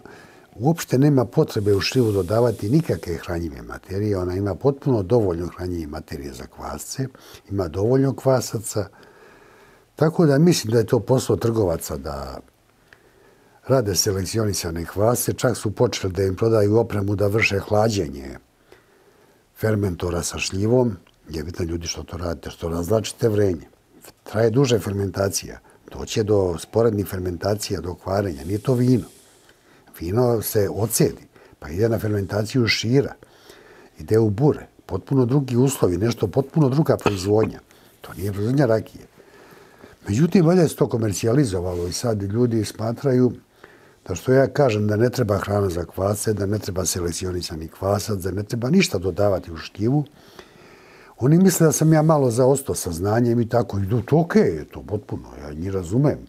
Ja njih ne krade kako misle. Mogu da misle dok ne probaju rezultate vašeg rada. Ne krade kako misle kad probaju rezultate vašeg rada, mogu da promene mišljenje. Znači, nema razloga. Ako nešto može da se uradi, a ne treba, što bi ga radili. Kad završi fermentacija, ona završi, eto, rekli ste, od 7 do 10 ili 14 dana, ostavljate malo fazu smirivanja, da se to smiri neki dan ili odmah prelazite na destilaciju? Odmah destiliš. Isključujemo kolone u prvoj destilaciji, radimo meku pa prepek ili sve u jednom prolazu? Ne, ja radim isključivo dvotraku destilaciju, znači radi se standardno meka rakija, kao na običnom kazanu, zato kao i pričamo o bypassu ili drugom kazanu, znači uradi se meka rakija i onda ide prepeku, se koristi kolona. Da imamo mogućnost za svaki pod isključimo, imamo mogućnost regulisanja temperatura i treba da znamo šta hoćemo da postignemo u tom kolonu. Ne da imamo, što bi rekao jedan moj kolega, proizvođač, on kaže kolega, meni to ne smeta, on je potpuno druge struke, nema veze s ovom strukom, ali kako je lepo da se ja slikam pored ove kolone. Ja njemu kažem, nemoj kupovati, dođi slikaj se kod mene pored kolone, neće ti ništa naplatiti. Slikaj. Inače, vaš kazan, kad smo tu, poznatog proizvođača iz Prokuplja, to je Barbutor, čuveni kazan. Barbutor kazan, on to radi, po mom mišljenju, kvalitetno kazane. Tad ste se odlučivali pre koliko godina? Pre 15 godina. Je li ostalo i dalje isto mišljenje o proizvođaču i tipu kazana ili biste sad, kad biste naručivali neki kazan, naručili neki drugi tip? Dobro, isto bi radio kazan po istom principu, ali u međuvremenu su neke stvari otišle napred u regulaciji pumpe. Imamo bolje regulacione pumpe, ne je više pumpa sa 1, 2, 3, nego imamo frekventne regulatore, imamo druge senzore za merenje. Znači, bio bi isti princip, faktički isti, samo što bi ugradili na kazan neke elemente koji bi olakšali meni rad. Neko predgrevanje komine ili samo ispiranje? Pa nije to nivo proizvodnje da bi mi koristili energiju ispuštanja džibre, da sa njom grejemo na ulazu. To je sistem koji je rađen, ali to se radi kod velike proizvodnje, da se radi na 100.000 litara, da ne kažem milione. A za ovaj nivo proizvodnje to je neisplativo raditi postrojenje koje bi to koristilo. Za zagrevanje vaše kazana i uopšteno pitanje, mislite li da vrsta grejanja utiče na proizvodnju naše rakije? Odnosno, da li isto da pravimo rakiju na drva ili na pelat, gas, neki alternativni? Ja mislim da je drva bez premca još uvek. Zato što kad radimo sa gasom, sa naftom, ja sam radio u postrojenjima jer smo koristili suvo zasićenu vodenu paru, gdje je regulacija besprekorna. Znači, podesimo uslove i oni idu kao ravna linija. Upravo to što meni smeta u toj proizvodnji, to je ta ravna linija. Jer mi kad ložimo vatru, mi ne možemo da postignemo tu ravnu liniju. Mi imamo stalnu oscilaciju temperature sa temperaturom, oscilaciju pritiska. Na različitoj temperaturi i pritisku različite stvari isparavaju. Neke se kondenzuju, neke isparavaju. Dešavaju se i procesi. Znači, u samoj destilaciji bakar deluje kao katalizator. Dešavaju se određene sinteze, određene jedinjenja. I mi ako imamo veći dijapazon, temperatura i pritisaka, dobit ćemo bogatije destilate. To je moje mišljenje. Ako imamo ravnu liniju sa gasom, peletom, naftom, dobit ćemo siromašnije destilate. To je daleko lakše raditi. Daleko lakše je odvrnuti ventil, uključiti gas, bok, nego ložiti drva. Znači, pre nego što počnemo sa proizvodnjom destilata, moramo da se odredimo da li hoćemo da radimo lakše i siromašnije arome ili ćemo raditi malo teže, a da dobijemo premium proizvod. Mi možemo i jagnjedu bacimo u električnu peć i da dobijemo pečenu jagnjetinu. A možemo da ga pečemo na bukovini. Koje je ukusnije? Pa dobro, bit će ukusnije na bukovini, ali Jagnje je jedno, a trebaju nam malo veće količine rakije. Pa nešto da bi dobili, nešto mora i da da. Ono što mi je još interesantno, to je ova rakija medena kod vas. To je rakija sa medom. Osnova je šljiva, dodat med ili je fermentisalo? Ne, osnova je jabuka. Ovde? Pa po meni se šljiva ima izuzetno jaku karakterističnu aromu. Ona se meni nekako nije uklapala u tu kombinaciju. I probam sa rakijom od jabuke. Probao sam i sa rakijom od meda. Ali mi je rakija od jabuke bogatija. Rakija od meda mi je nešto mnogo bila siromašna, bezlična. Znači fermentacija meda i destilacija i dobijemo rakiju. Ta rakija je meni bila mnogo bezlična, bezukusna. I onda mi se jabuka bolje uklopila. I da ne bi bila samo med, zaslađena medom, ja sam radio, pošto ovim sa ovim kolegama radi maceraciju cveta lipe. I onda je zaslađena lipovim medom, samo dobijemo neku prijatnu gorčinu. Jer to nije slatka rakija. Znači, prvo je rađena maceracija sa cvetom lipe, pa je onda dodat med. Ta boja potiče faktički od cveta lipe. Med lipe ne bi dao toliko boje. Da, jer ako je osnova jabuka, onda je ona ostala bela, ovdje je boja od cveta. Znači, kao i travarica. Travarica je isključivo boja od biljaka. Znači, travarica nije ulazila u bure uopšte. A njen proces traje godinu dana proizvodnje. Travarica? Da. Ne može da bude za 3 dana. Mislim, može, ja se ubrza sve, ali ovo je posao za vrhunske stvari, traži strpljenje. Često ljudi naprave grešku u tome što nemaju strpljenja. Pa srećemo ideje, sad javljaju mi se ljudi, pošto nestale su velike firme, moje kolege objektivno nemaju gdje da usavrše mlade koje stižu, retko gdje imaju da usavrše zanat, što bi ja rekao, sa fakulteta ponesem nešto i treba to nešto negdje doraditi. Nestale su te firme koje su imale laboratorije za okružene sisteme, zvali su mene, ja kažem, nemam ništa protiv, da vi dođete kod mene. Ali vi kod mene ne možete da vidite mnogo toga. Kod mene kratko traje proces proizvodnje, brzo završi destilacija, nemam laboratoriju, nema mnoge stvari koje bi vama trebale u tom poslu. Znači, oni ne mogu to da nauče i onda mene zovu da pitaju te takozvane sad consulting usluge, što bi ja rekao savjet, pošto sam nekad radio i projektovanje i projekte i te stvari sam radio. I sad dolaze sa idejom da kupe šljive u julu, da ispeku rakiju u avgustu, da ostari u septembru, da je napune u oktobru, prodaju u novembru i budu bogati za novu godinu. Ja taj recept nemam. A možda možete da ga nekako smislite. Ja ne kažem. Sviđa mi se recept. Od ovog posla što ja radim, da se razumemo, da ne može se živi, ja ne bi radio. Ali ne može se obogati. Može živi pristojno, uz mnogo rada. Znači, mnogo ovdje ima rada, znači, to je neka kategorija koja ne može da se izmeri. Koliko puta sam ja u 2-3 sata noću otkazana, pa ustaneš ujutru, pa ostane se do ponoći, do duše. Kad neću nešto da radim, ja ne radim 3 dana ništa, ja sam privatnik, mogu dozvolim to sebi. Što bi rekao, sjetim se priča o kmetu Simanu, kaže, Aga, nema danas šljiva, danas ležim pod šljivom i gledam u njih. Džabe si došao. Nema. Tako mogu priuštiti to sebi i možda se živi od toga, ali da se obogati, ja ne znam. Rekli ste da niste u početku mnogo ulagali u marketing i da vam je najbolji marketing bio od usta do usta i proba svih destilata što na festivalima i svega ostalog.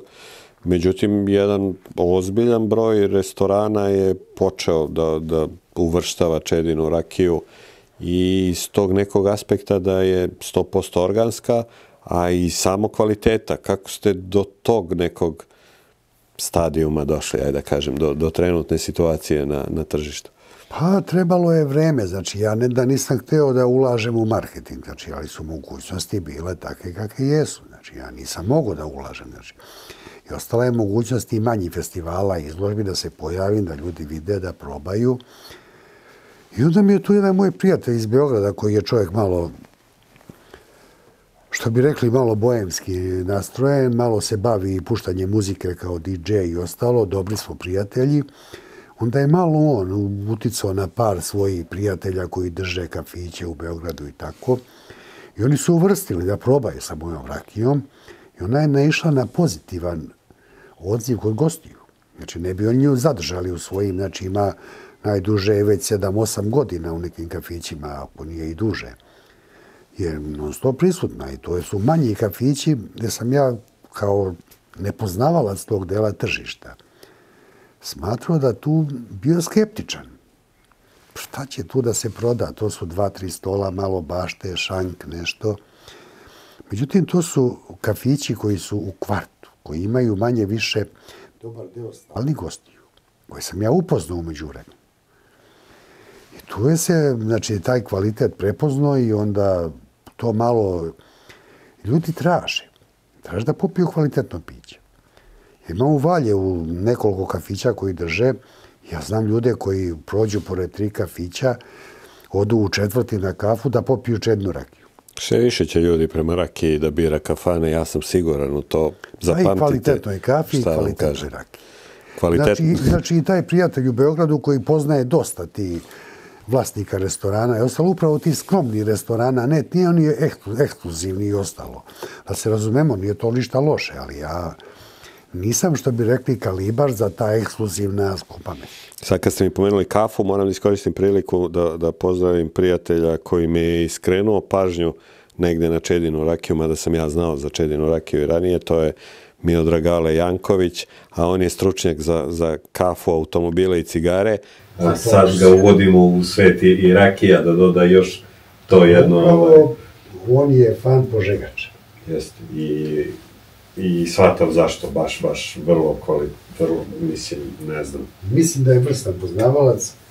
Sam meni žao što ja tompuse ne mogu, ja sam nekad bio pušač, dok cigarete mirisale na duvan.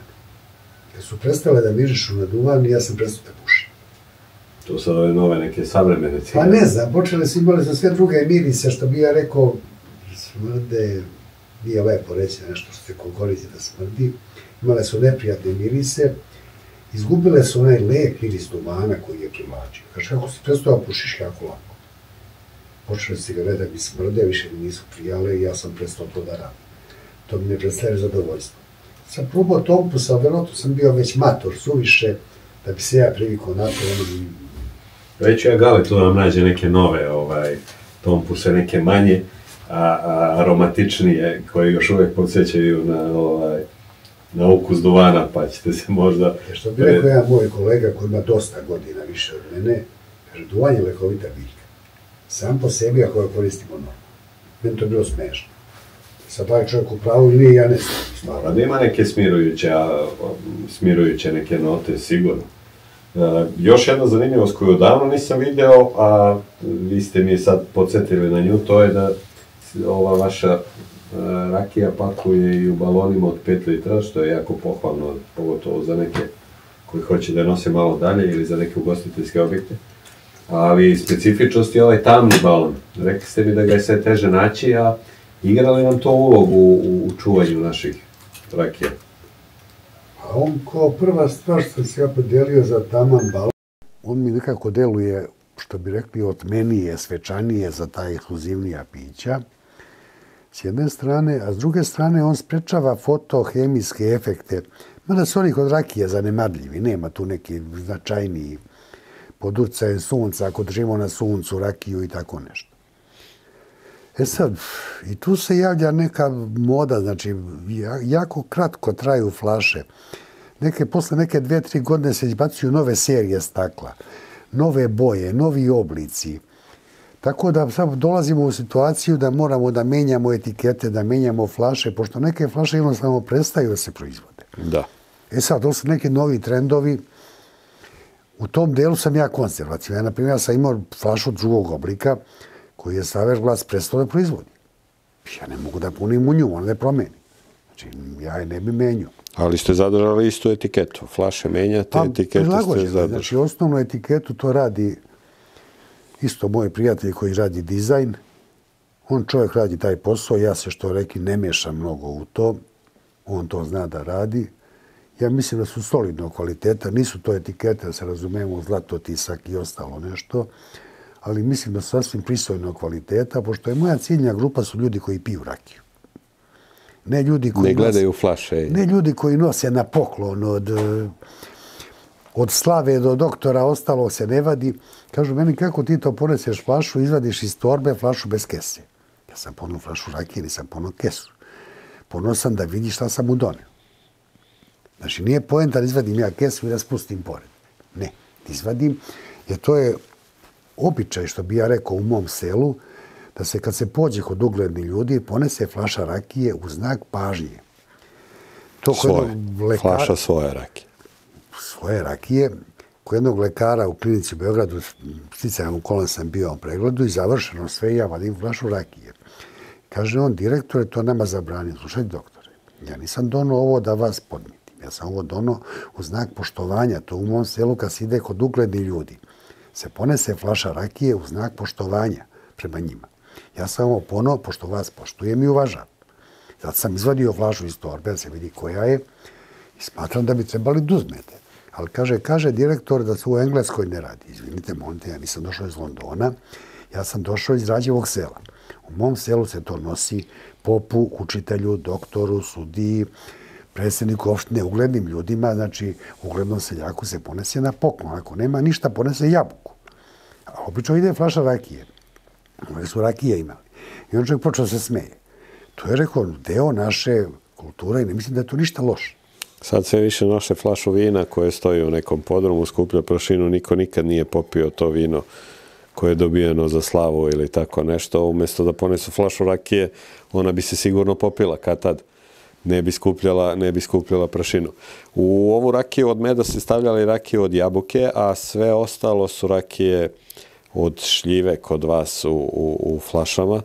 Hoće li destilerija Čedina, da, u stvari zvaničan naziv je ekotehnolog, da proizvodi neke druge rakije ili će samo biti rakije od šljive na tržištu? Pa za sad ostaje... Kakvi su neki planovi za dalje? Za sad ostaje na šljivi. Valjevski kraj je poznat po šljivi. Znači, tu kad kažemo voćnjak, mislimo na šljivu. Verovatno će tu biti možda još nešto se pojaviti, neka etiketa, ali verovatno isto u okviru šljive. Jer radim, ja mogu dozvolim sebi da kod mene, kažem, u mojoj proizvodnji, da mogu da eksperimentišem. Da mogu neke stvari da probam, jer neće sve stvari dati rezultat. Neke stvari će biti bez rezultata, ne da će biti negativni, ali to mogu sebi da dozvolim. Možda se pojavi još neka modifikacija šljive sa nekim malo specifičnim starenjem i tako nečim. To jedva čekamo. Imam ja nešto rakije iz 99. godine. I obično te ratne godine... A 99. jeste bila ratna, sad vrtim po glavi. Ratne godine, kad počne rat, to budu rodne i dobre godine. Valjda da ljudi iz toga, to je neko udesio, neka viša sila, da iz te godine ostave da imaju za godine koje naiđu, posledeće budu siromašne. I to smo uradili, moj Ljubiša i ja ispekli nešto rakije i ona je stajala 25 godina. Sad je 25 godina. To je staro bure iz 1860. godine. Ona je stajala u njemu i to ima neki možda 150 litara. To je rakija sa koncentracijom 57-58. Ona je bila sa 65, skinuta jednom i tako ostalo.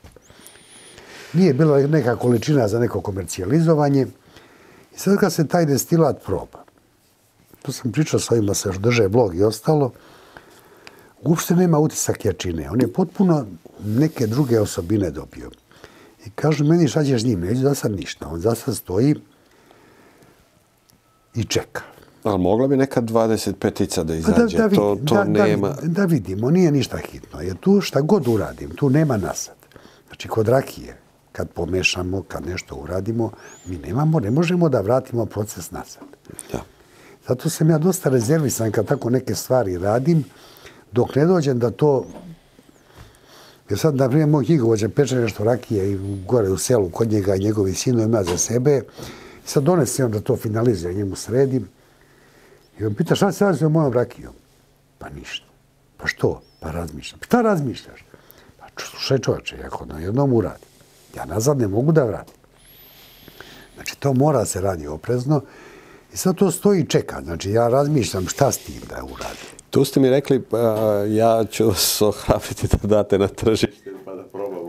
Pa ne, mala je to količina, to ima oko 150 litara. Pa nema veze, neka budu neke male flaše po pola litara i tako nešto, pa da se proba. To je probao jedan gospodin i odmah je htio da kupi. Ja ne kažem ne prodajem to. Pa kako ne prodajem? Nema cenu lepo to trenutno nije na tržištu. To postoji. Možda će biti.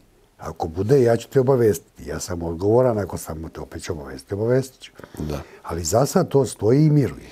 Ali tu me jedna druga činjenica zaintrigirala. To je rakija iz 99. godine i rekli ste mi da je sad na 57-58, što znači da se sigurno proizvela na 60-62 možda. 65-67. To je neka koncentracija koja je pečena rakije tad. Nešto mi...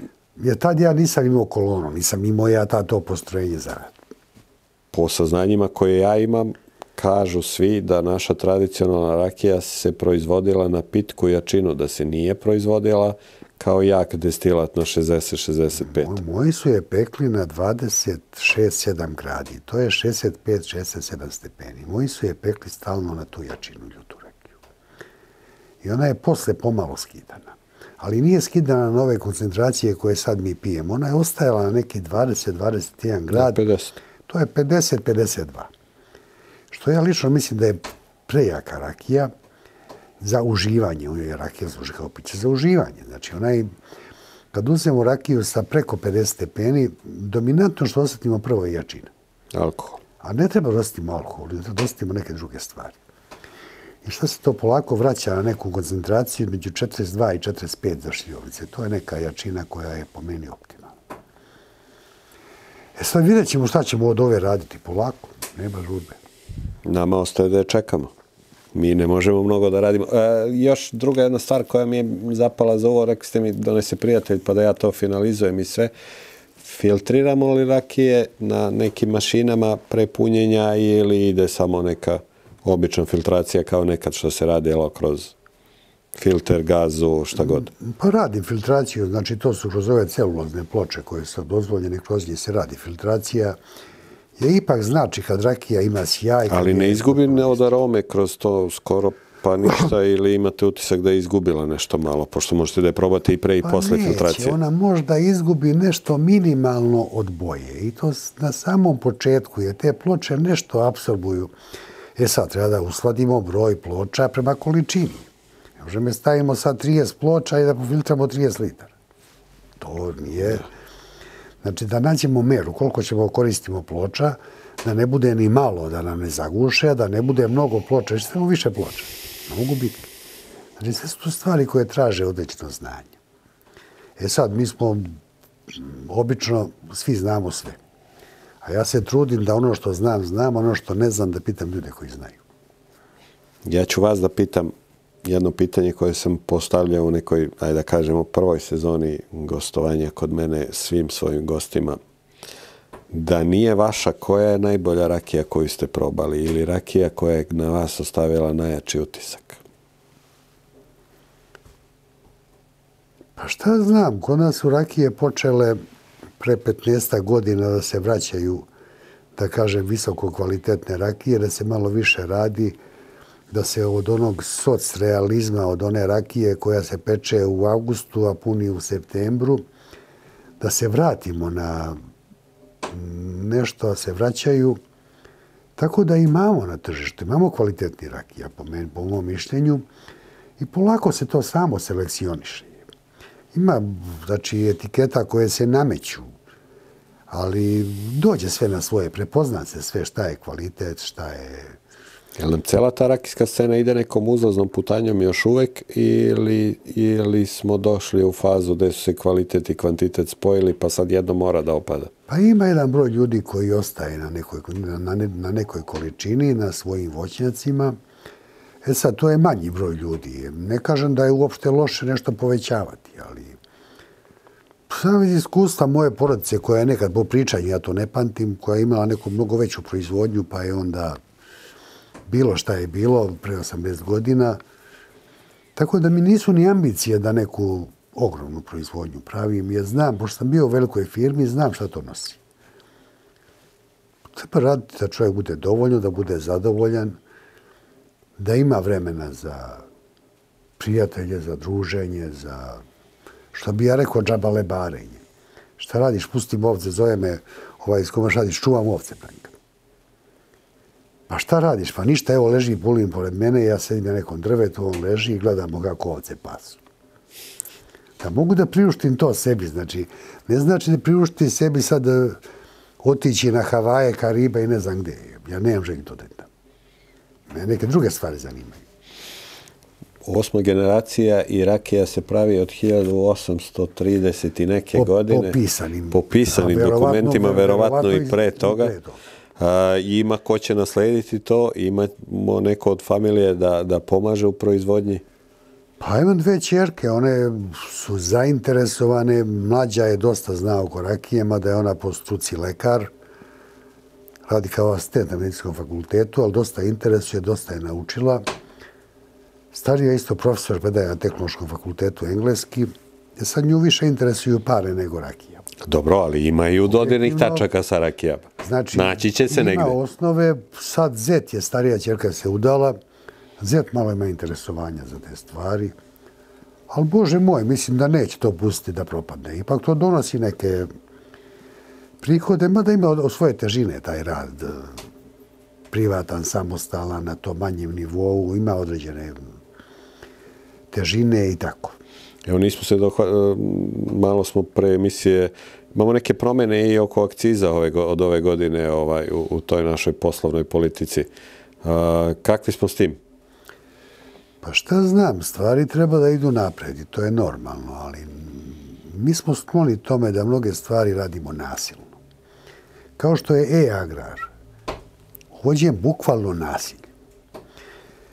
Znači, bez propisa, bez ičega, na reč ministarke, što bi ja rekao, došla, slikala se u pošti i rekla uđeš, izađeš i gotovo, završena registracija. Onda krenu putešestvije.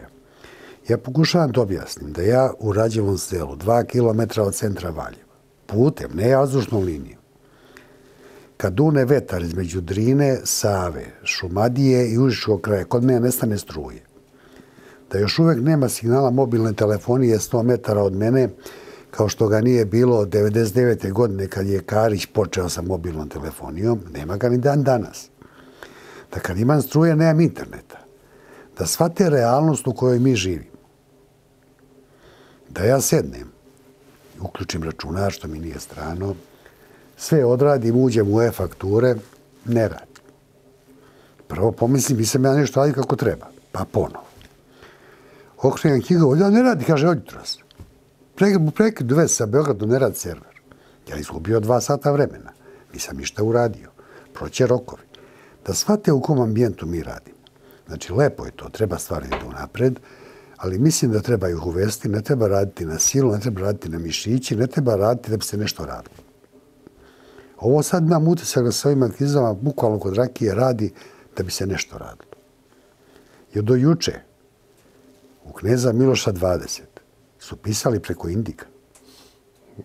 A sad idemo na e-akcizu. Ajmo malo nešto između tu bacimo. Nemamo kad, nema strpljenja. Pričali smo da nema strpljenja. Izašli su propisi i izašlo je uputstvo za primjenu e-akciza na 520 strana. Ja sam čitao Rat i mir, ne znam koliko ima strana. Koji će da pravi rakiju ako vi čitate strane? Ne, to ne treba da pročitam, ja to treba da primjenim.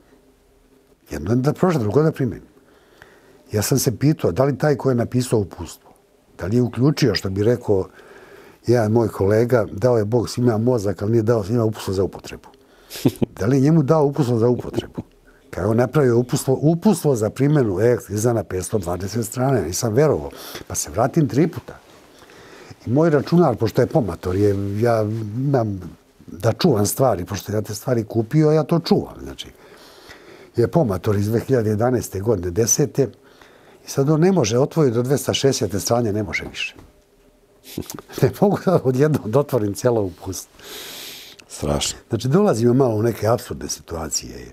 Ja nisam, znači, konzervativna stvari treba da idu napred, ali treba da je nekim tempom koje su mogućnosti da ti koji to kreiraju, što bi ja rekao da izađu u prirodu, u voće.